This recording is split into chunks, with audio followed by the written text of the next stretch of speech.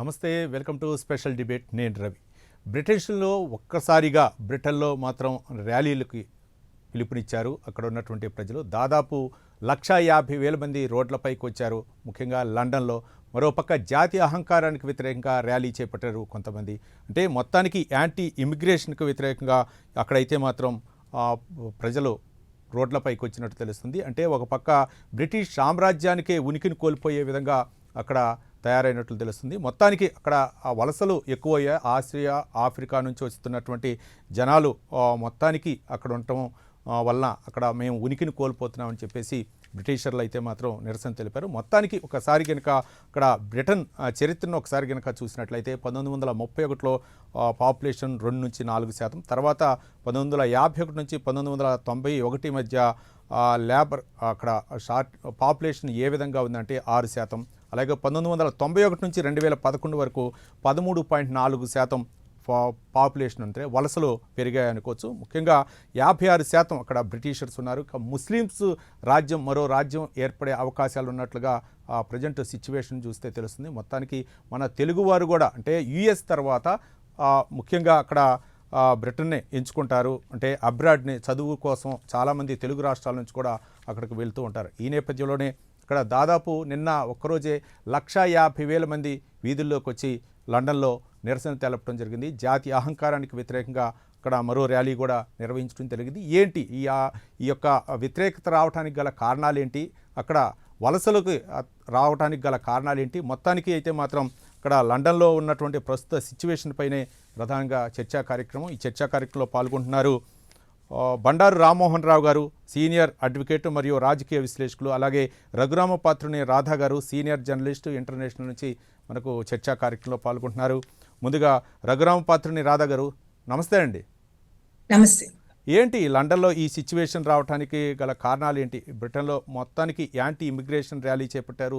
రోడ్లపైకి జనం వచ్చారు. దాదాపు 1,00,000 పైనే జనం రోడ్లపైకి వచ్చి ర్యాలీలు నిర్వహిస్తున్నారు. ఏంటి దీనికి ప్రధానమైనటువంటి కారణం? మొన్నటి వరకునేమో అమెరికా అధ్యక్షుడు డొనాల్డ్ ట్రంప్ ఆయన మాటలను బట్టి ఫస్ట్ ఇండియా వలసదారులు ఎవరైతే ఉన్నారో వెళ్ళిపోవాలా, చదువులకు వచ్చిన వాళ్ళు H1B వీసా రద్దు చేస్తామని చెప్పేసి ఆయన వ్యాఖ్యానించడం. ఇప్పుడు లండన్లో ఉన్నటువంటి సిచ్యువేషన్ ఏ విధంగా చూడొచ్చు అంటారు రాధా గారు? నమస్తే అండి. అలాగే ప్రైమ్ 9 ప్రేక్షకులందరికీ కూడా మరోసారి నమస్కారం. ముఖ్యంగా మనకి ఈ గ్లోబలైజేషన్ 1870లో ప్రారంభమైంది. సో ఈ గ్లోబలైజేషన్ స్టార్ట్ అయిన దగ్గర నుంచి దీన్ని ఫస్ట్ ఫేజ్ ఆఫ్ గ్లోబలైజేషన్ అంటాము. తర్వాత ఇంటరిమ్ ఫేజ్ ఒకటి, సెకండ్ ఫేజ్, అలాగే థర్డ్ ఫేజ్ ఆఫ్ గ్లోబలైజేషన్ ఇప్పుడు మనం చూస్తున్నది 1980 నుంచి థర్డ్ ఫేజ్ ఆఫ్ గ్లోబలైజేషన్ ప్రారంభమైంది. అయితే ఈ గ్లోబలైజేషన్ లో భాగంగా integration of different world economies అన్నది జరిగింది. అంటే ఇటు ట్రేడ్ కానీ అలాగే ఫినాన్షియల్ ఇంటిగ్రేషన్ తో పాటు ఇటు integration of resources and mobility of resources, especially skilled work force, అలాగే స్కిల్డ్ లేబర్ ఫోర్స్, అలాగే స్కిల్డ్ ప్రొఫెషనల్స్ ఎక్కడైతే ఉన్నారో ప్రపంచ వ్యాప్తంగా వీళ్లకు డిమాండ్ ఏర్పడడం జరిగింది. సో దీనికి అనుగుణంగానే భారతదేశంలో ఈ స్కిల్డ్ ప్రొఫెషనల్ వర్క్ ఫోర్స్ కానీ అలాగే స్కిల్డ్ లేబర్ ఫోర్స్ కానీ చాలా ప్రదేశాలకు వరల్డ్ ఓవర్ మైగ్రేట్ అవడం జరిగింది. అలాగే మన భారతీయులు ఎస్పెషలీ వాళ్ళు ఉన్నటువంటి ప్రొఫెషనలిజం కానీ, డిసిప్లిన్ కానీ, స్కిల్ కానీ దీని ఆధారంగా ప్రపంచంలో ఇటు యుఎస్ కానీ అలాగే ఆస్ట్రేలియా కానీ, కెనడా కానీ, ఇప్పుడు మనం చూస్తున్నటువంటి యూకే కానీ ఇలాంటి దేశాల్లోని మన భారతీయ ప్రొఫెషనల్స్ ని అలాగే మొత్తం ఇటు ఏషియాలో కాదు అలాగే ప్రపంచవ్యాప్తంగా ఉన్న స్కిల్డ్ ప్రొఫెషనల్స్ అలాగే వాళ్ళు తక్కువ చీప్ లేబర్ ఫోర్స్ ఎక్కడైతే ఉందో వీళ్ళందరినీ కూడా వాళ్ళు ఎంప్లాయ్ చేసుకోవడం, దానికి అనుగుణంగానే వీళ్ళ పాపులేషన్ క్రమంగా పెరగడం జరుగుతుంది. ముఖ్యంగా ఇప్పుడు మనం యూకే కోసం మాట్లాడితే యునైటెడ్ కింగ్డమ్ లో ఇంగ్లాండ్ కానీ, వేల్స్ కానీ, నార్థన్ ఐర్లాండ్ కానీ అలాగే స్కాట్లాండ్ కానీ, సో ఈ 4 నేషన్స్ కలిపి మనం యునైటెడ్ కింగ్డమ్ అని అంటాం. అయితే యునైటెడ్ కింగ్డమ్ ప్రెసెంట్ మన టోటల్ పాపులేషన్ కనుక చూసినట్లయితే నియర్లీ 6.92 crores ఉంటుంది. అయితే దీనిలో 16% ఆఫ్ దెమ్ ఆర్ ఇమిగ్రెంట్స్, అంటే 16% ఆఫ్ ద పాపులేషన్ ఇమిగ్రెంట్స్. అయితే దీనిలో కూడా మన భారతీయ పాపులేషన్ కనుక చూస్తే 2.92% ఆర్ ఫ్రమ్ ఇండియా. దీనిలోనే 90,000 స్టూడెంట్స్ కూడా ఉండడం జరిగింది. అలాగే మనం ఇటు యుఎస్ చూస్తే యుఎస్ లో 54 crores ఉన్నారు. అలాగే ఇటు మనం అరబ్ నేషన్స్ చూస్తే నియర్లీ 90 crores ఉండడం కూడా జరిగింది. అయితే ఈ ఇమిగ్రెంట్ పాపులేషన్ కి ఇప్పుడు వ్యతిరేకంగా ఈ టామీ రాబిన్సన్ ఆధ్వర్యంలో చాలా ర్యాలీస్ జరుగుతున్నాయి. అలాగే లాస్ట్ సాటర్డే జరిగింది one of the biggest rallies. అలాగే ఒకవైపు ఈ యాంటీ ఇమిగ్రెంట్స్ ర్యాలీస్ అంటే రీక్లెయిమింగ్ ద ల్యాండ్ అని చెప్పి, అలాగే stop the ship and send them back అని, హూ స్ట్రీట్ మై స్ట్రీట్స్ అని చెప్పి ఈ ర్యాలీలని మనం ఈ యాంటీ ఇమిగ్రెంట్స్ కి వ్యతిరేకంగా చూస్తున్నటువంటి పరిస్థితి కూడా మనకు ఇప్పుడు కనిపిస్తున్నట్టు సిచ్యువేషన్. అయితే ఈ ఇమిగ్రెంట్స్ కి ఇంత వ్యతిరేకత ఎందుకు ఏర్పడింది? ముఖ్యంగా మనం చూస్తే ఇది ఇప్పుడు ఉన్నటువంటి అంశం కాదు. డికేడ్ బ్యాకే ఈ Thomas Friedman world is flat అనే బుక్ లోనే ఇది because of Indians and Chinese we are losing jobs అనే అంశాన్ని తీసుకొస్తారు. అయితే ఈ ట్రంప్ పాలసీ ఇనిషియేటివ్స్ తర్వాత క్రమంగా వరల్డ్ ఓవర్ ఇటు యుఎస్ఏ కాదు, అలాగే ఆస్ట్రేలియాలో కూడా మనం చూసాం, కెనడాలో చూసాం, అలాగే ఇప్పుడు యూకేలో చూస్తున్నాం. సో దీనికి ఎకనామిక్ ఇష్యూస్ కొన్ని ఉన్నాయని చెప్పుకోవచ్చు. దీంతో పాటు కల్చరల్ ఆల్సో సమ్ ఇష్యూస్. వాళ్ళు they wanted to bring back their own England culture కానీ అలాగే యూకే కల్చర్ కానీ వాళ్ళు తీసుకురావాలని చెప్పేసి ఒక అంశం కూడా ఇక్కడ మనకి కనిపిస్తున్నటువంటి అంశాల్లో ముఖ్యంగా మనం పేర్కొనవచ్చు. రైట్. ఇక బండారు రామ్మోహన్ రావు గారు, నమస్తే అండి. నమస్తే రవి గారు. రామ్మోహన్ రావు గారు, ఏంటి బ్రిటిష్ సామ్రాజ్యం నేడు ఉనికిని కోసం రోడ్డు ఎక్కాల్సిన పరిస్థితి వచ్చింది? ఏంటి అక్కడ ఉన్నటువంటి సిచ్యువేషన్ ఏ విధంగా చూడొచ్చు అంటారు? ఇప్పుడు జాతీయ అహంకారానికి వ్యతిరేకంగా పోరాటం చేయటం, మరోపక్క అక్కడ ఇమిగ్రేషన్, యాంటీ ఇమిగ్రేషన్ కోసం అక్కడ పోరాటం, వీటన్నిటినీ చూస్తూ ఉంటే ఏంటి ఒక విధంగా ఈ ర్యాలీలు, ధర్నాలు, దాదాపు 1,00,000 మంది బ్రిటన్ చరిత్రలోనే మొట్టమొదటి ర్యాలీగా చెప్తున్నారు. మీలాంటి విశ్లేషకులు ఏ విధంగా చూడొచ్చు అంట? రవి గారు, మీకు అట్లాగే లర్నర్ ఫ్రెండ్ రాధ గారికి మా ప్రైమ్ లైన్ ప్రేక్షకులు నమస్కారం. నమస్కారం. రవి అస్తమించని, మీ పేరే రవి అస్తమించని బ్రిటిష్ సామ్రాజ్యం అని చెప్పుకునే వాళ్ళము. అవును.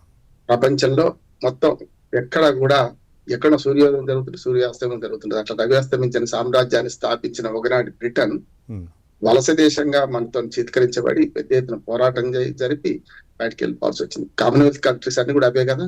మనకు లండన్ కు బ్రిటన్ వ్యతిరేకంగా, వలసవాదానికి వ్యతిరేకంగా పోరాడిన దేశాలు చాలా ఉన్నాయి కదా. కనుక ఇక్కడి నుంచి ఇప్పుడు మళ్ళీ వాళ్ళు భూమి గుండ్రంగా ఉందనంటే మళ్ళీ వాళ్ళ దగ్గరికి వచ్చింది. చూసినాం మనం. వాళ్ళు ప్రపంచం అంతా విస్తరించి కేవలం అప్పుడైతే 1 కోటి మంది ప్రజలు కూడా లేరు. 1 కోటి మంది ప్రజలు లేనప్పుడే ప్రపంచం అంతా విస్తరించారు. ఇప్పుడు 6 కోట్ల మంది ప్రజలు ఉన్నప్పుడు మరి ప్రపంచంలో మిగతా వాళ్ళందరూ వస్తుంటే వద్దనే పరిస్థితి వచ్చింది. అందుకనే తమకు అనుభవానికి వస్తే తత్వం బోధపడింది వాళ్ళకి కదా. మన గతంలో మన స్వాతంత్ర పోరాటం ఎంత గొప్పదో, అలా వసుదైక కుటుంబ భావన, వసుదైక కుటుంబకం భావన మన ఎంత గొప్పదో మనకి అర్థమవుతుంది. యువభారతం మనది. నవభారతాన్ని నిర్మించే క్రమంలో ఇంతకుముందు రాజుగారు చెప్పినట్టు ఎక్కడికక్కడ మనకు మైగ్రెంట్స్ పోతున్నారు. ఎక్కడ పని ఉంటే అక్కడికి వెళ్తున్నారు. మన దేశంలో కూడా పనిచేస్తున్నారు. ఇంకా మొత్తం ప్రపంచంలో మొట్టమొదటి ఇవాళ అధిక జనాభా ఉన్న దేశం అనేది. కనుక వనరులు ఉన్నాయి మనకు, అట్లాగే మనకు మన హ్యూమన్ రిసోర్సెస్ ఉన్నాయి. ఇవి ప్రపంచంలో అన్ని దేశాలకు పోతుంది. ఇవాళ అమెరికన్ ఫస్ట్ అని ఎప్పుడు అమెరికా ప్రెసిడెంట్ మొదలు పెట్టిండో, ముందు రాజగారు కెనడా అన్ని తర్వాత ఇవాళ బ్రిటన్ కూడా అదే గతి వచ్చింది. నేనేమంటున్నానంటే వాళ్ళకు ఓపిక లేకపోవడం అంట. ఇప్పుడు చూడండి, ఎలాన్ మస్క్ ఎక్కడికి పోయిండు? బ్రిటన్ పౌరుడు. ఎక్కడికి పోయిండు? అమెరికాలో బతుకుతున్నాడు. అమెరికాలో మొన్నటిదాకా అధ్యక్షుని మార్చడంలో పెద్ద ఎత్తున అధ్యక్షుని ఎన్నికలు చాలా పెద్ద ఎత్తున ఆయన మాత్రం ఇప్పుడు ఇక్కడికి వ్యతిరేకంగా అంటున్నారు. చూస్తున్నాం ఈ వనరులు ఎక్కడి నుంచి వచ్చినాయి? ఈ 1,50,000 మందిని సమీకరించడానికి ఒక రకంగా చెప్పాలంటే ఎలాన్ మస్క్ లాంటి వాడు ఇవాళ ప్రయత్నం చేస్తున్నాడు మనకు అర్థమవుతుంది. ఇందులో ఇంకొక మాట, ఎలాన్ మస్క్ ఒక స్లోగన్ ఇచ్చారు.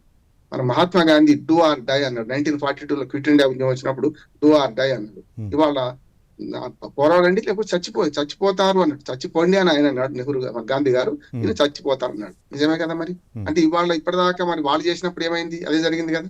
అందుకని ఇవన్నీ చూస్తే మనకు అర్థమవుతుందంటే ప్రజలలో ఒక రకమైన మనకు సంకుచితత్వం పెరుగుతుందని నేను అంటాను. స్పష్టంగా చెప్తున్నా. వసుదైక కుటుంబ భావన ఏదైతే పోయిందో వాళ్ళ మతం పేరు మీద, కులం పేరు మీద, ప్రాంతం పేరు మీద, భాష పేరు మీద విభజించబడుతున్నాం.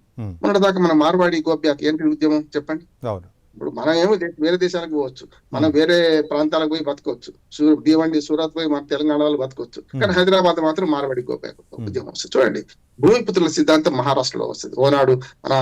అందుకని నేను ఎందుకు ఇంటర్లింక్ చేస్తున్నానంటే ఇవన్నీ వాళ్ళకి ఎందుకు రాదు? వాళ్ళకి కూడా వస్తుంది కదా. అవును. మనము ఒక దేశంలో జరిగితే మనకు అనుకూలంగా అయిపోతే మనం మాట్లాడుతున్నాం, మనకు అవును. అనుకూలంగా ఉంటే మనం కరెక్ట్ అంటున్నాం. అవును. అందుకని అమెరికన్ ఫస్ట్ లో అమెరికా ప్రజలకు నష్టం జరుగుతుంది అన్నప్పుడు వాళ్ళు తిరగబడతారు. దాన్ని అవును. బట్టి మనం అర్థం చేసుకోవాలి. ఇల్లీగల్ ఇమిగ్రెంట్స్ ను పంపిస్తారు, తప్పనిసరి రావాల్సింది. మనం ఇల్లీగల్ గా పోయి విద్య కోసం పోయి ఉద్యోగం చేయొద్దు కదా. అవును. దాన్ని అర్థం చేసుకో. మనం భారతీయులు కనుక మనం ఏమంటాం, అమెరికా వాళ్ళు పారదవుతున్నారు, సంఖ్యలు వేస్తున్నారు. సంఖ్యలు వేయడం తప్పే. ఉమ్. ఇట్లా మనం ఆలోచించే క్రమంలో ఇవాళ బ్రిటన్ లో జరుగుతుందని 2 విషయాలు నేను జోడిస్తాను. ఒకటేమో వాళ్ళకి తిరగబడ్డది, నెంబర్ 1. ఉమ్. ఇవాళ 6 కోట్ల మందిలో 16% వరకు, అంటే దాదాపు 1 కోటి మంది, 80 లక్షల మంది, 1 కోటి మంది దాక్కున్నట్టే కదా మంది ఇతర దేశాల మంది కలిపి, ఉమ్. విద్యార్థులుగా వచ్చిన వాళ్ళు, వలస దేశాలకు వచ్చిన వాళ్ళు. ఉమ్. వాళ్ళ ఉపాధి పోతుందని భావన వస్తుంది. కరెక్టే, కాదని నేను. కానీ వాళ్ళ స్కిల్స్ వాళ్ళు ఉపయోగించుకుంటే ఎందుకు పోతుంది? ఉమ్. మన దేశంలో కూడా చాలా భిన్న మతాలు, భిన్నత్వం లేకత్వం ఉంది. మన దేశాన్ని ఒకసారి చూసుకుంటే ఎంత గర్వపడవచ్చు అంటే, ఉమ్. మనకి అన్ని దేశాలకు ఎల్లలు మాత్రమే ఉంటాయి. అవును. మనకు సాంస్కృతిక ఎల్లలు ఉన్నాయి కదా. అవును. ఆసేత్ హిమాచలం అంటున్నాం కదా, అవును. సాంస్కృతిక ఎల్లలు ఉన్నాయి. అవును. కానీ బ్రిటన్ పోరాటం మనం అర్థం చేసుకోవాల్సింది ఏంటంటే, ఉమ్. అక్కడ అసహనం పెరుగుతుంది, నిరుద్యోగత పెరుగుతుంది. ఇప్పటికే 4 ప్రధానమంత్రులు మారిండు, 5 ఆయన వచ్చిండు. ఉమ్. స్మార్ట్ స్కిల్ ఆయనకు వ్యతిరేకంగా ఎలాన్ మస్క్ పావులు గదుపుతున్నారేమో అని నా ఉద్దేశం. ఎందుకంటే ఎప్పుడు పారిశ్రామికవేత్తలు అక్కడేమో ఫెయిల్ అయ్యిండు, ఎవరు నమ్మిన మిత్రుడు అమెరికాలో. చేసిండు, వెడగొడుతున్నాడు. అమెరికాలో. కనుక ఇప్పుడు వ్యాపార సామ్రాజ్యాన్ని విస్తరించుకోవడానికి ఉమ్. తన మూలాలు జ్ఞాపకం వచ్చిన ఎలాన్ మస్క్ దీన్ని రెచ్చగొడుతున్నాను అనుకుంటున్నాను నేను. ఉమ్. ఇది సరైనది కాదు, ఇక్కడే ఉమ్. ఎప్పుడైనా సరైనది కాదు. ఇప్పుడు వలసలు కాదు, వలస దేశాన్ని ఒక్క మాట చెప్తాను సార్. ఉమ్. వలస దేశం ఈస్ట్ ఇండియా కంపెనీ పేరు మీద వస్తే ఎవడొద్దని లేదు. ఉమ్. మన దేశంలో ఏమైంది, మొత్తం ప్రభుత్వాన్ని స్వాధీనం చేసుకొని, సామ్రాజ్యాలు స్వాధీనం చేసుకొని, మన రాజ్యంలో భాగం అయి వాళ్ళు పాలించింది కదా, దాని వల్ల వచ్చింది. అవును. ఇప్పుడు పోయిన వాళ్ళందరూ పాలనలో భాగం కాదు కదా, అవును. పాలనలో లేరు కదా. అవును. ఉంటారు కొందరు బయట వాళ్ళు వెళ్ళినా కూడా, మన రిసీసి నాకు ఎవరు, మన భారతీయ మూలాలు అన్నాడు, మన ఎన్నికైంది కదా. అందుకని నేను ఏమంటానంటే, ఈ భావన పెంచడం సరైనది కాదు. దీన్ని తుంచే ప్రయత్నం చేసే బదులు ఇవాళ అసహనం పెరుగుతున్న సమాజంలో బ్రిటన్ లో జరుగుతున్న పరిణామాలు ఆ దేశానికే నష్టం అని నేను. రైట్. రఘురామపాత్రుని రాధా గారు, అంటే ఒక దేశ అభివృద్ధిలో కీలక పాత్ర పోషిస్తూ ఉంటారు. అలా ఏ దేశం నుంచి అయినా రాని, పెట్టుబడులు పెట్టని, లేకపోతే ఉపాధి కోసం రాని, లేకపోతే జాబ్ పరంగా కానీ, లేకపోతే స్టడీ పరంగా అక్కడికి వెళ్ళి అక్కడ ఉపాధి కోసం అక్కడ స్థిర నివాసాన్ని ఏర్పాటు చేసుకుని ఒక్కసారిగా ఇలా నిరసనలు వ్యక్తం చేసి, జాతి అహంకారానికి వ్యతిరేకంగా ఇట్లా నిరసనలు తెలపడం, రోడ్లపైకి వచ్చి మా కంట్రీయే ఫస్ట్ అనే విధంగా ఒక వైలేషన్ తీసుకురావడం ఏ విధంగా చూడొచ్చు అంటారు? ముఖ్యంగా ఇప్పుడు యూకేలో మన ఇండియన్స్ ఎంప్లాయ్ అయినటువంటి సెక్టర్స్ చూస్తే అన్ని కూడా core sectors. For example energy sector కానీ, ఐటీ సెక్టర్ కానీ, ఫినాన్స్ సెక్టర్ కానీ, అలాగే హెల్త్ రంగం కానీ, రియల్ ఎస్టేట్ సెక్టర్ కానీ, మార్కెటింగ్ సెక్టర్ కానీ, అలాగే హాస్పిటాలిటీ సెక్టర్ కానీ. సో అన్ని కోర్ సెక్టర్స్లో మన భారతీయుల యొక్క కాంట్రిబ్యూషన్ ఇటు యూకేలో మనకు క్లియర్గా కనిపిస్తున్నటువంటి అంశం. అలాగే స్కిల్డ్ ప్రొఫెషనల్స్ మన భారతీయులు తర్వాత ఎవరైనా అని చెప్పొచ్చు. కాబట్టి ఈ కోర్ సెక్టర్స్లో వాళ్ళ దేశం యొక్క జీడిపికి మన ఇండియన్స్ అలాగే మిగిలిన ఏషియన్స్ యొక్క కాంట్రిబ్యూషన్ చాలా వరకు ఉన్నటువంటి పరిస్థితి అక్కడ గవర్నమెంట్స్ కూడా గుర్తించాలి. ముఖ్యంగా ఇక్కడ మనం ఒక చిన్న ఉదాహరణ తీసుకోవచ్చు. ఎగ్జాంపుల్, యుగాండాలో ఒకప్పుడు ఈ ఇండియన్స్ అందరినీ బయటికి పంపించేయాలి, అక్కడ చాలా మంది బిజినెస్ పీపుల్ ఉండేవారు. సో ఒక్కసారి వాళ్ళందరినీ కూడా ఒక యాజిటేషన్ ద్వారా బయటికి పంపించినటువంటి సందర్భంలో కంప్లీట్ గా ఆ ఎకానమీయే కొలాప్స్ అయిపోయింది. కాబట్టి ఈ విషయం అర్థం చేసుకుంటున్నటువంటి చాలా మంది ఎకానమిస్ట్ కానీ, పొలిటీషియన్స్ కానీ, అలాగే గవర్నమెంట్స్ కానీ ఈ బయట దేశాల్లో, సో వాళ్ళందరికీ ఈ విషయం తెలిసినటువంటి విషయమే. కాబట్టి ఇమీడియట్ గా ఇటు ఇమిగ్రెంట్ పాపులేషన్ ని బయటికి పంపిస్తే వాళ్ళ దేశాల్లో ageing of the population, aged population పెరుగుతున్నటువంటి పరిస్థితి. మరొక పక్క స్కిల్డ్ వర్క్ ఫోర్స్ ప్రొఫెషనల్స్ వాళ్ళు హైర్ చేసుకోవాలంటే వాళ్ళ యొక్క కాస్ట్ ఆఫ్ ప్రొడక్షన్ ఎంత అవుతుంది అన్నది కూడా ఒక ప్రశ్న. కాబట్టి ఈ ప్రజల్లో ఉన్నటువంటి ఇప్పుడు వరల్డ్ పరంగా ప్రపంచవ్యాప్తంగా చూస్తే because of many geopolitical changes కానీ, అలాగే ఇంటర్నేషనల్ వార్స్ కానీ, అలాగే సప్లై చైన్ చేంజెస్ వల్ల కానీ ఇంటర్నేషనల్గా ఇన్ఫ్లేషన్ పెరుగుతున్నటువంటి అంశం అందరికీ తెలిసినటువంటి అంశమే. దీంతో పాటు చాలా దేశాల్లో ఈ అన్ఎంప్లాయ్మెంట్ విషయం కానీ, అలాగే పోవర్టీ లెవెల్స్ కానీ, అలాగే ఫుడ్ ఇన్ఫ్లేషన్ ఎస్పెషలీ పెరుగుతున్నటువంటి అంశం. సో ఈ విషయాన్ని సాకుగా తీసుకొని ప్రజల్లో ఉన్నటువంటి చిన్న అశాంతిని మరింత పెద్దది చేసే విధంగా ప్రోత్సహించడం కూడా కరెక్ట్ కాదు. బికాస్ లాంగ్ టర్మ్ లో వాళ్ళ పాలసీ ఇనిషియేటివ్స్ ద్వారా బయట ఇమిగ్రెంట్స్ ని తగ్గించే విధంగా, క్రమంగా తగ్గించే విధంగా ఒక పాలసీ ఇనిషియేటివ్ వాళ్ళకి అవసరం అనుకుంటే తీసుకోవచ్చు. బట్ ఇమీడియట్ గా ఇమిగ్రెంట్స్ ని పంపించడంతో వాళ్ళ ఇటు యూకే ఎకానమీ కానీ, అలాగే కెనడా కానీ, ఆస్ట్రేలియా కానీ, అమెరికా కానీ వాళ్ళ ఎకానమీకి దీర్ఘకాలంలో చాలా వరకు ఈ జీడిపి గ్రోత్ రేట్ కి ఎఫెక్ట్ చూపిస్తుంది. అలాగే వాళ్ళ గ్రోత్ అండ్ డెవలప్మెంటల్ ప్రాసెస్ లోని ఇమిగ్రెంట్స్ యొక్క కాంట్రిబ్యూషన్ గుర్తించి వాళ్ళ పాలసీ ఇనిషియేటివ్స్ తీసుకోవాలనే అంశం కూడా ఇక్కడ మనం గుర్తుంచుకోవాల్సినటువంటి అంశం. అలాగే మన భారతదేశం నుంచి చూస్తే చాలా మంది ఇటు పంజాబ్ కానీ, గుజరాత్ కానీ, తమిళనాడు కానీ, కేరళ కానీ వంటి దేశాల నుంచి యూకేకి చాలా సంవత్సరాల క్రితమే ఇమిగ్రెంట్స్ గా వెళ్ళారు. అలాగే చాలా మందికి ఇప్పుడు వాళ్ళ దేశంలో సిటిజన్షిప్ ఉంది. అలాగే వాళ్ళ నెక్స్ట్ జనరేషన్ కూడా అక్కడ పెరుగుతున్నటువంటి అంశంతో, సో ఇందాక సార్ చెప్పినట్టు మనం వసుదైక కుటుంబం, అలాగే గ్లోబలైజేషన్ తర్వాత మనం కంప్లీట్ గా జాగ్రఫీ అనే పదానికి అర్థం లేదు, డెత్ ఆఫ్ డిస్టెన్స్, ఇవన్నీ మాట్లాడుకున్నాము, అండ్ యూనివర్సల్ బ్రదర్లీహుడ్. సో ఇవన్నీ కూడా మరొకసారి గుర్తు చేసుకుని యాజిటేషన్స్ ని ఇప్పటికైనా వైలెంట్ టర్న్ తీసుకోకుండా చూడాల్సినటువంటి రెస్పాన్సిబిలిటీ ఉంది. UK PM Keir Starmer complete గా సైలెంట్ గా ఉన్నటువంటి పరిస్థితి.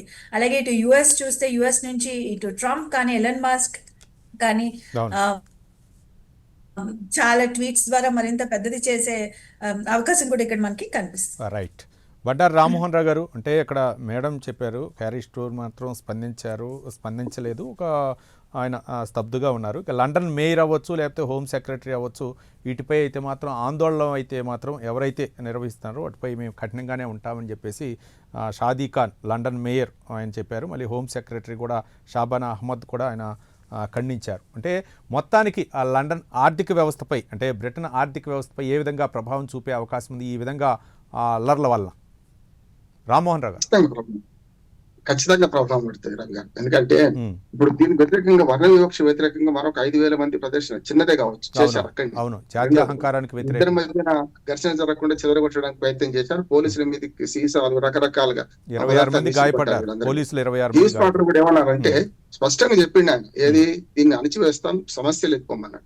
ఒక మాట చెప్తే ఇంతకు ముందు ఎన్ని రోజులు చెప్పారు, ఇప్పుడు వలసలు అభివృద్ధి చేస్తే ఎప్పుడైనా చూడండి, బిల్ క్లింటన్ అధ్యక్ష పదవి తర్వాత వ్యాసాలు రాసుకుంటూ బతుకుతున్నాడు ఆయన. మన దగ్గర రాజకీయాలు పూర్తి స్థాయిగా మన వృత్తి కాదు అక్కడ.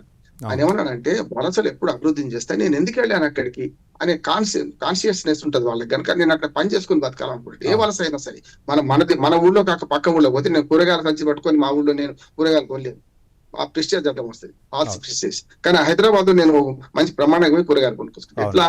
ఇదే అంతే. మనం ఎక్కడికి పోయినామో అక్కడ ఏ పని చేసినా రామ్మోహన్ రావు గారు, ఎక్కడైతే ప్రశాంత వాతావరణం ఉంటుందో, ఎక్కడైతే తనకి జీవనోపాధి దొరుకుతుందో, ప్రశాంతమైన వాతావరణం ఉంటుందో అక్కడే ఎంచుకుంటారు చాలా మంది.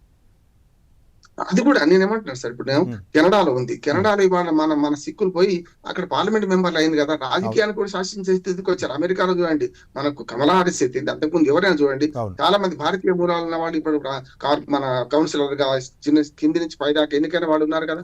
బ్రిటన్ లో అయితే చాలా మంది ఉన్నారు. మన రిషి సునాకే మనవాడు, సరే మనవాడే అందరూ సొంతం చేసుకోవడం, 6 దేశాలు తిరిగాడు ఆయన.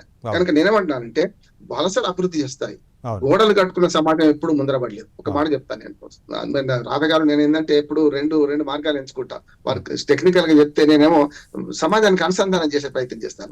చాలా ఊళ్ళలో తెలంగాణలో ఈ గడియలు కోటలు కట్టుకొని చుట్టూ గోడలు కట్టుకున్న ఊళ్ళు ఉన్నాయి సార్.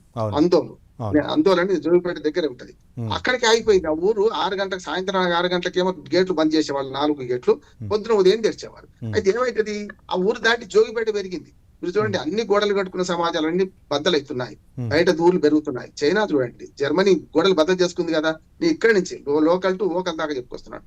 గోడలు కట్టుకొని మనం నన్ను అంటుకోక నామాల కాకంటే ప్రపంచంలో బతకలేము. అది ఈ బ్రిటన్ పౌరులు తెలుసుకోవాలి. వాళ్ళకి అర్థమైతే లేదు ఏంటంటే, వాళ్ళు ఇదే పనిని తక్కువ జీతంతో చేస్తే ఎందుకు వాళ్ళని పెట్టుకోరు? వాళ్ళ అమెరికాలో సమస్య ఏంది, అమెరికాలో ఒక్కడిని పెట్టుకుందాక మనం 3 పెట్టుకోవచ్చు. ఇప్పుడు కొంచెం మన జీతాలు కొంచెం గౌరవప్రదంగా పెరిగి 2 పెట్టుకోవచ్చు. మరి వాడు ఒక్కటి చేసే పని మనం ఇద్దరు చేసే పని మనం ఒక్కరే చేసుకుంటూ పని చేస్తున్నాం కదా. అటువంటి అప్పుడు జీతాలు తక్కువప్పుడు ఎవరైనా పెట్టుకుంటారు. అంటే గోడలు బద్దలయ్యే సమాజం కావన్నా, లేకుంటే మరి గిరిగీసుకొని మళ్ళీ ఉండే సమాజం కావన్నా అనేది బ్రిటన్ ప్రజలు కూడా ఆలోచన చేయాలి. వాళ్ళు చేస్తే న్యాయం, ఇంకోటి చేస్తే నష్టం అంటే ఎట్లా? ఇప్పుడు రేసిజం బ్రహ్మాండంగా ఎక్కువ ఉన్నది అక్కడ. అందుకే అమెరికాలో చూడండి, ఇప్పుడు బతకడానికి మీరు అన్న చాలా కరెక్ట్, కొన్ని ప్రమాదకర ప్రాంతాలలో మన భారతీయులు పనిచేస్తున్నారు అక్కడ. మీరు చూడండి, వాళ్ళేమో సేఫెస్ట్ ప్లేస్ లో పనిచేస్తారు అమెరికా పౌరులు. వాళ్ళని తీసుకెళ్ళి ఎక్కడైతే సమస్యాత్మక ప్రాంతాలు ఉంటాయో, ఏంటి గన్ కల్చరే, వాడు కాల్చే సమాజంలో మనం పనిచేస్తున్నాం, చూస్తున్నాం. భారతీయులు ఎంతమంది అక్కడ ఒక 2 డాలర్లు 5 డాలర్ల కోసం కాల్పులు జరిపి ఎత్తుకపోతారు ఎవరైనా దొంగలలాగా చూస్తున్నాం కదా. వాళ్ళు ఎక్కడ వాళ్ళు అక్కడ వాళ్ళే కదా. ఈ భారతీయులు దొంగతనం చేస్తలేదు, భారతీయుల మీద దాడులు చేసి దొంగతనం చేస్తున్న సందర్భం చూసాం. ఇప్పుడు బ్రిటన్ లో దానికి నేను స్పష్టంగా ఒక దాన్ని చెప్తున్నానంటే, మీరు గోడలు కట్టుకోకండి. గోడలు కట్టుకుంటే మీరు మాత్రం మీరు ఉండలేరు. అంటే మీకు ఏదైతే మీ ఆర్థిక పరిస్థితులు పెరగానో, వాళ్ళు చైనా లాంటి కమ్యూనిస్ట్ దేశం మారింది, ప్రపంచమే కుగ్రామంగా మారిపోయింది. పివి నరసింహారావు 1991 అన్నాడు మనం ఆర్థిక సంస్కరణ వేద్దాం సంస్కర్త. మీరు ప్రపంచం అంతా కుగ్రామంగా మారుతున్నప్పుడు మనం గోడలు కట్టుకొని ఉండలేము. కనుక ఇవాళ వసుదైక కుటుంబ భావకం ఏదైతుందో దాన్ని తెచ్చుకోవాల్సిన వాళ్ళు గోడలు కట్టుకొని నన్ను అంటుకోక అనే పరిస్థితి వస్తే, ఈ భావన ఎప్పటి నుంచో ఉంది, మన దగ్గర ఉన్నది లేదంటలేదు. ముల్కీ నాన్ ముల్కీ ఉద్యమం వచ్చింది 1952లో. ఇది హైదరాబాద్ స్టేట్, అంతకుముందు హైదరాబాద్ స్టేట్ లో వచ్చింది ముల్కీ నిబంధనలు. లక్నో నుంచి వచ్చిన ఉర్దూ తెలిసిన శిష్టవర్గం, కాయస్థ్ బ్రాహ్మిన్స్ అంటారు వాళ్ళు, వచ్చి నిజాము శిష్టవర్గంగా పేరు పొందిన తర్వాత ఇక్కడ ఫస్ట్ 1900 శతాబ్దంలోనే ముల్కీ ఉద్యమం వచ్చింది. ఆ తర్వాత ముల్కీ నాన్ ముల్కీ 1952లో, మన ఆంధ్ర గోప్య, అవన్నీ మనం లెక్క చేసుకోవాలి. ఎప్పుడు కూడా ఒక వర్గం ఇంకో దగ్గరికి వచ్చినప్పుడు దాన్ని ఎట్లా సమయం చేసుకోవాలి, ఎట్లా సమ్మిళితం చేసుకోవాలనేది కావాలి. ఒకటి మాత్రం, ఎక్కడైనా బతకపోయినప్పుడు మనం ఏంటంటే ఆ సమాజాన్ని గౌరవించాలి, ఆ భాషను గౌరవించాలి, ఆ ప్రాంత సంస్కృతిని గౌరవించాలి. అది లేదనుకోండి, ఉద్యమం రెండవ వర్గం అది కూడా వస్తుంది అంటున్నాను నేను. పూర్తిగా బ్రిటన్ చేసే వాళ్ళు తప్పు అంటలేదు నేను. బ్రిటన్ వాళ్ళు చేస్తున్న ఒక న్యాయమైన కోరిక ఉంది. రంగనాయకమ్మ గారు ప్రఖ్యాత రచయిత, నా మిత్రురాలు, మేము ఇద్దరం కలిసి కమ్యూనిస్ట్ గుణ దీపక్ రాసిన వాళ్ళం. ఆమె ఏమన్నానంటే, నా పని మనిషి భాష నాకు రాకపోతే నేను ఇంకా ఎక్కడి నుంచి వచ్చానో అదే భాష మాట్లాడుతుంటే నా పని మనిషి కూడా కోపం రాదా అన్నదాన్ని. మనం కూడా బ్రిటన్కి వెళ్ళినప్పుడు రోమ్ లో ఉంటే రోమన్ లాగా బతకాలి మనం. బ్రిటన్ లో ఉండి మన ఇష్టం ఉన్నటువంటి రాజ్యం చేస్తా అంటే మనం కూడా వెళ్ళగొట్టే పరిస్థితి వస్తుంది. ఇక్కడే బ్రిటన్ కావచ్చు, అమెరికా కావచ్చు, మన నైపుణ్యము, మన యువ భారతం, మన ఏదైతే స్కిల్స్ నైపుణ్యంతో పాటు మనం ఎక్కడికైనా పోయి నెగ్గే ఒక మనస్తత్వం చూసిందా. ఇంగ్లీష్ భాష మనకు చాలా పెద్దది అంటున్నాడు. జర్మన్ వాడు ఎందుకు పోలేడు, జపాన్ వాడు ఎందుకు పోలేడు, చైనా వాడు వేరే దేశాలు ఎందుకు ఉండలేడు. భాష మాతృభాష మాత్రమే మాట్లాడుతున్నారు. మనం అట్టగా మన భాషతో పాటు జాతీయ భాష హిందీ నేర్చుకుంటున్నాం, ఇంగ్లీష్ నేర్చుకుంటాం. ప్రపంచవ్యాప్తంగా భారతీయ పౌరులు ఎక్కడున్నా నిలిచి గెలుస్తారు. అది అసహనంగా మారి వాళ్ళకు కంటకంగా మారితే మాత్రం మనం కూడా మన జాగ్రత్తలు మనం ఉండాలి. రైట్. రాధా గారు చెప్పండి, ఇప్పటికే అంటే తెలుగు ప్రజలు కూడా ఎక్కువగా ఆ యుఎస్కి ఫస్ట్ ప్రిఫరెన్స్ ఇస్తారు, అంటే అక్కడ ఉద్యోగం కానీ లేకపోతే చదువు విషయంలో కానీ, ఇప్పుడు తర్వాత అబ్రాడ్కి వెళ్ళడానికి ప్రయత్నిస్తారు. ఇప్పుడు ఉన్నటువంటి సిచ్యువేషన్ నేపథ్యంలో అంటే ఎలాంటి ప్రత్యామ్నాయంగా ఎత్తుక్కోవాలంటారు? అంటే అక్కడ ఉన్నటువంటి ఆందోళన నేపథ్యంలో, అంటే ముఖ్యంగా తెలుగు రాష్ట్రాల నుంచి వెళ్తున్నటువంటి యువతకి. నియర్లీ ఇప్పుడు యూకే చూస్తే యుఎస్ తర్వాత UK is the most preferred student destination అండి. చాలా మంది మా స్టూడెంట్స్ కూడా చాలా మంది యూకేని ప్రిఫర్ చేస్తారు. బికాజ్ మనకి వాళ్ళతో ఒక కల్చరల్ ప్రాక్సిమిటీ ఉంది. కాబట్టి యూకే కూడా చాలా మంది స్టూడెంట్స్ ఎస్పెషల్లీ యూకే యూనివర్సిటీస్ని కూడా ప్రిఫర్ చేయడం జరుగుతుంది. అయితే ఇప్పుడు చైనా వంటి దేశాలు తీసుకుంటే వాళ్ళ దేశంలో యువత ఎక్కడ చదివినా కూడా తిరిగి వచ్చి చైనా ఎకానమీకి కంట్రిబ్యూట్ చేస్తారు. సో ఇప్పుడు కూడా మన దేశంలో యువత ఇటు యుఎస్ కానీ యూకే కానీ ఆస్ట్రేలియా కానీ సో డిఫరెంట్ నేషన్స్లోని మన దేశంలో నుంచి స్టూడెంట్స్ వెళ్ళటం జరుగుతుంది. కాబట్టి మీరు ఎక్కడికి వెళ్ళినా కూడా తిరిగి మన భారతదేశం వచ్చి, బికాజ్ ఫ్యూచర్ అంతా ఇటు ఏషియాలోని భారత్ కానీ ఇటు అదర్వైజ్ చైనా కానీ ఇటు రష్యా కానీ, so future is ours. Because ఇప్పుడు వాళ్ళకి మన అవసరం ఉంది. ఇటు యూకే కానీ యుఎస్ కానీ ఇప్పుడు చేస్తున్నటువంటి యాజిటేషన్స్ అన్నీ కూడా చాలా షార్ట్ రన్, లాంగ్ రన్లో వాళ్ళ దేశంలో ఏజింగ్ ఆఫ్ పాపులేషన్ చాలా ర్యాపిడ్గా జరుగుతుంది. సో వెస్ట్ అంతా కూడా ఏజ్ అవుతుంది and Asia is becoming young. Especially భారతదేశం వంటి దేశాల్లో మనకి డెమోగ్రఫిక్ డెవలప్మెంట్ అంటే వర్కింగ్ ఏజ్ గ్రూప్ మన టోటల్ పాపులేషన్లో చూస్తే పెరుగుతూ వస్తుంది. కాబట్టి టిల్ 2045 మనకి అడ్వాంటేజ్ ఉంది. సో బయట దేశాల్లో చదువుకుంటున్నటువంటి యువత అందరూ కూడా తిరిగి మన దేశానికి వచ్చి మన దేశం యొక్క ఎకానమీకి కాంట్రిబ్యూషన్ చేయాలి. So that is how Chinese economy has grown. So ఇది కూడా ఒకసారి ఆలోచించాల్సినటువంటి అంశం. సో ఇప్పుడు ఉన్నటువంటి యాజిటేషన్స్ కానీ ఇవి కానీ ఇవన్నీ కూడా షార్ట్ రన్. సో ఇవన్నీ కూడా పెద్దగా అవుతున్నటువంటి అంశాలు కనిపిస్తున్నాయి. బట్ లాంగ్ రన్ లో పీస్ రెస్టోర్ అవుతుంది. అలాగే ఈ రేసిజం ఇష్యూస్ చాలా రోజుల నుంచి, అలాగే కొన్ని డికేట్స్ నుంచి ఉన్నటువంటి పరిస్థితి ఇది. అమెరికా ఫస్ట్, ఈ ట్రంప్ పాలసీ ఇనిషియేటివ్స్ తర్వాత ప్రతి దేశం మరొక దేశాన్ని చూసి ఇది పెద్దది అవుతున్నటువంటి పరిస్థితి మనకు కనిపిస్తుంది. అయితే ముఖ్యంగా ఇటు మన భారతదేశంలో కూడా ఇప్పుడు చాలా ఫారెన్ యూనివర్సిటీస్ వాళ్ళ యొక్క క్యాంపసెస్ ఓపెన్ చేశాయి చాలా, అలాగే రాబోయే కాలంలో ఇంకా ఓపెన్ చేయబోతున్నాయి. కాబట్టి ఇప్పుడు కూడా ఈ డివిజన్ అంటే ప్రతి దేశం కూడా టువర్డ్స్ నేషనలిజం, ఇటు గ్లోబలైజేషన్ వదిలేసి టువర్డ్స్ నేషనలిజం వెళ్ళే పరిస్థితిలో ఆ దేశం యొక్క ఎకానమీకి, ఆ దేశం యొక్క గ్రోత్ కి కూడా ఇది ఒక అడ్డంకిగానే పరిగణించాలి. బికాస్ ఇప్పుడు మనం we are living in a world which is a global village. So మనకి ఇప్పుడు డిజిటల్ బేరియర్స్ కంప్లీట్ గా లేవు, అలాగే జోగ్రఫికల్ బేరియర్స్ కూడా లేవు. కాబట్టి ఈ సమయంలో ప్రతి దేశం వాళ్ళ యొక్క ప్రజల కోసం ఆలోచించి లాంగ్ టర్మ్ పాలసీ ఇనిషియేటివ్స్ తో ఒక వసుదైక కుటుంబం అంటే మన భారతదేశం నుంచి ఇన్స్పిరేషన్ తీసుకొని, బికాస్ ఎన్ని దేశాల నుంచి ప్రజలు వచ్చినా, భిన్న సంస్కృతులు ఉన్నా, మన దేశం యొక్క కల్చర్ ఇప్పటికీ కూడా అలాగే ఉంది. కాబట్టి మీ దేశం యొక్క కల్చర్ అండ్ మీ దేశం యొక్క హ్యాబిట్స్ కానీ, అలాగే మీ యొక్క కల్చర్ గొప్పతనం, సో ఏ దేశం ప్రజలు మీ దేశంలోకి వచ్చినా దానికి నష్టం ఏమీ లేదనే విషయాన్ని గుర్తించాలి. అండ్ అన్ని దేశాలు, అన్ని భాషలు, అన్ని సంస్కృతులు కలిసి వసుదైక వన్ ప్లానెట్ వన్ వరల్డ్ అని చెప్పేసి అంటాము. కాబట్టి మొత్తం యూనివర్సల్ బ్రదర్లీహుడ్ తో ముందుకు వెళ్లాల్సిన అవసరం ఉంది. అండ్ ఈ ద్వేషాన్ని వీటిని అంతా కూడా కంట్రోల్ చేయాల్సినటువంటి అవసరం అక్కడ గవర్నమెంట్స్ పై ఉంది అని చెప్పేసి గుర్తించాలి. రైట్. రామ్మోహన్ రావు గారు, ఏంటి ఒక్కొక్క దేశంలో భారత్ తోటి గతంలో సన్నిహిత సంబంధాలు ఉన్న తర్వాత, విడిపోయిన తర్వాత మళ్ళీ కొన్ని దేశాలు అయితే మాత్రం కొన్ని సమస్యలపై సంక్షోభంలో ఉన్నట్టు, గతంలో శ్రీలంక చూసాం, తర్వాత కెనడా చూసాం, మరోపక్క నేపాల్ చూసాం, ఇప్పుడు ఈ బ్రిటన్లో కూడా ఇలాంటి సిచ్యువేషన్ వచ్చింది. అంటే ఏంటి ఈ సిచ్యువేషన్కు ప్రధానమైనటువంటి కారణాలు ఏంటి? కొన్ని దేశాలతో స్నేహపూర్వకమైనటువంటి వాతావరణం నేపథ్యంలో ఇలాంటి సిచ్యువేషన్లు ఉంటే మిగిలినటువంటి దేశాలతో ఎందుకు వ్యతిరేకత ఏర్పడే అవకాశాలు ఉన్నాయి అనుకోవచ్చు? మంచి ప్రశ్న. ఏమంటున్నానంటే, ఇప్పుడు చూస్తున్నా మన చుట్టుపక్కల చూడరా చిన్నవాడా అనే పాట రుద్రవీణ సినిమాలో ఉంటుంది. చూస్తే మనకు మాల్దీవ్స్, శ్రీలంక, బంగ్లాదేశ్, నేపాల్, అంతకుముందు మయన్మార్, పాకిస్తాన్ ఎప్పుడు సంక్షోభంలో ఉంటుంది. దాని గురించి చెప్పాల్సిన అవసరం లేదు. ఇప్పుడు భూటాన్ లో కూడా మధ్యన సంక్షోభం వచ్చింది, పోయింది. చుట్టుపక్కల అన్ని దేశాలు ఇదే ఉన్నది. ప్రజల్లో అసహనం పెరిగి పాలకుల మీద కోపం పెరుగుతుంది. చూడండి, మీరు కొన్నిటికి పరిష్కారాలు లేకపోతే అసహనం మితి మీద ఏమవుతుంది, భౌతిక దాడులు పూనుకుంటారు. జరుగుతుంది అదే. ఇవాళ బ్రిటన్ కూడా అదే. వాళ్ళు ఇప్పుడు ఏమంటారు అంటే గెలవలేక, అంటే మనకు ఓడంటారు కదా, అట్లా గెలవలేక వాళ్ళు పనిచేస్తున్నారు. ఎప్పుడు కూడా ఆడలేక మధ్యలో ఓడంటారు కదా. కానీ నేనేమంటున్నానంటే రెండు విషయాలు ఉంటాయి. ఎప్పుడు హైబ్రిడ్ మంచి అభివృద్ధికి దారితీస్తుంది. ఒకనాడు హరిత విప్లవం, ఆ తర్వాత శ్వేత విప్లవం, నీలి విప్లవం. శ్వేత విప్లవం అయితే జస్ట్ కురియన్ గా చేసింది. అట్లాగే సహకార విప్లవం. ఇవాళ మనకు ఇమ్మిగ్రేట్ అంటే వలస విప్లవం జరుగుతుంది అంటున్నాను. వలస విప్లవాన్ని ప్రోత్సహించకపోతే ఆ దేశాలు నష్టపోతాయి, మనకి ఏం కాదు. కానీ ఇంతకుముందు మన రాధా గారు చెప్పినట్టు ఎక్కడ మన కన్నవారి కళలు ఎక్కడికి పోతున్నాయి? అయితే అమెరికా వాటి తిరస్కరిస్తుంది. కన్నవారి కళలు మానుకోండి, బంగారు కళలు కనకండి, వెనక్కి రండి అని నేను అంటున్నాను. రెండవది లేకపోతే కెనడా, అమెరికా తర్వాత కెనడా కొంచెం ఫ్లెక్సిబిలిటీ ఎక్కువ ఉంటుంది. బ్రిటన్ బ్రహ్మాండంగా, బ్రిటన్ సంస్కృతి ఏ రకంగా చూసినా మనం వాళ్ళు కలిసిపోయి ఉంటుంటాం. కనుక ఈ రకంగా చూస్తే వాళ్ళ అవసరం మనకు అవసరం కాదు, వాళ్ళకి అవసరం మన నైపుణ్యాలు కానీ ఇవన్నీ కూడా. మరి యువభారతంలో 18 to 59 ఏజ్ గ్రూప్ అనుకుంటే మనం ఖచ్చితంగా 70% వరకు మనము 0 to మన 35 అయితే 70% ఉన్నాం.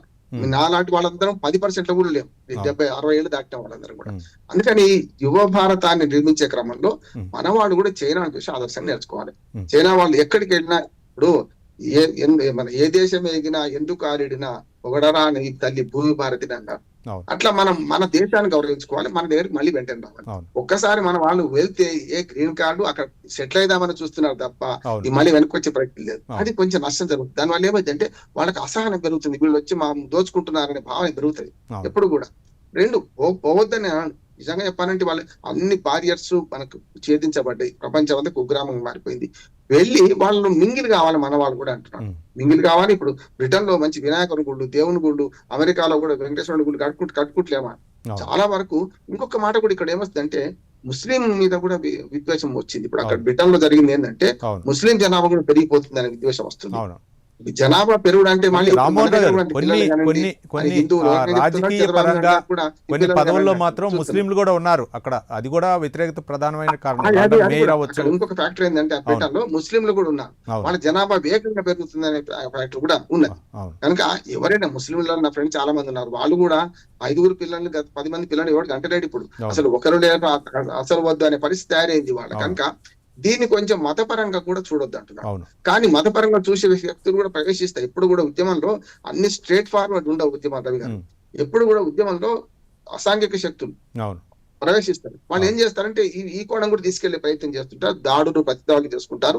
అది జరగకుండా చూడండి. బ్రిటన్ ఒక రకంగా చెప్పాలంటే ప్రజాస్వామ్యానికి పెద్దపీట వేసింది బ్రిటన్. ఒక రకంగా అన్ని దేశాల అనుభవం దానికి ఉన్నది. అన్ని దేశాలకు పోయొచ్చిన అనుభవం కూడా పౌరులకు ఉన్నది, ప్రజలకు ఉన్నది, మేధావులకు ఉన్నది. అంటే అమెరికా కంటే శక్తివంతమైన దేశం అది. కాకపోతే ఏంటంటే ఊపర్ షేర్వాణి అందరు పరేషాన్ని తయారైపోయింది బ్రిటన్. ఇప్పుడు ఆర్థిక శక్తిగా కూడా చాలా దిగజారిపోతుంది. ఈ ఆర్థిక శక్తి దిగజారిపోయింది. ఉపాధి కల్పన కష్టమవుతుంది. ఉపాధి పోతే యువత తిరగబడతారు. తిరగబడడానికి ఏమవుతుందంటే ప్రభుత్వం మీద తిరగబడి ఇప్పటికి 4-5 ప్రైమ్ మినిస్టర్లు మార్చింది కదా ఆర్థిక సంక్షోభాల వల్ల. ఇప్పుడు ఏమైంది, ప్రభుత్వాలను మారిస్తే లాభం లేదు, సొసైటీలో ఉన్న ఈ మా మూలాలు మారాలి అని వాళ్ళు అనుకుంటున్నారు. అది తప్పు కాదు. దీన్ని సబ్సిడీ చేయాల్సిన బాధ్యత ప్రభుత్వానికి కదా. అని నిరుద్యోగులకు ఉద్యోగం కల్పించుకోవాలి. ఉద్యోగం కల్పిస్తే ఇప్పుడు అప్పుడు ఆకలికి అన్నము వేదనకు ఔషధం అంటారు. ఆకలికి అన్నం పెట్టకపోయినా వేదనకు ఔషధం అంటే అద్దాల గదులు బద్దలవుతాయి. అంకుర్ సినిమాలో చెప్తాడు లాస్ట్ సీన్. అంకుర్ సినిమాలో అద్దాల గది మీదకి పిల్లవాడు కింద పేద పిండి పిల్లవాడు రాయి విసురుతాడు. అది జరిగే కాకుండా అంటే బ్రిటనే కాదు మన దేశం కూడా మారాలి.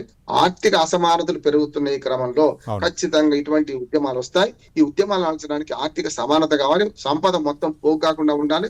సంపద కేంద్రీకరణ జరుగుతున్న ఉద్యమం కూడా దీన్ని పేర్కొంటున్నాను.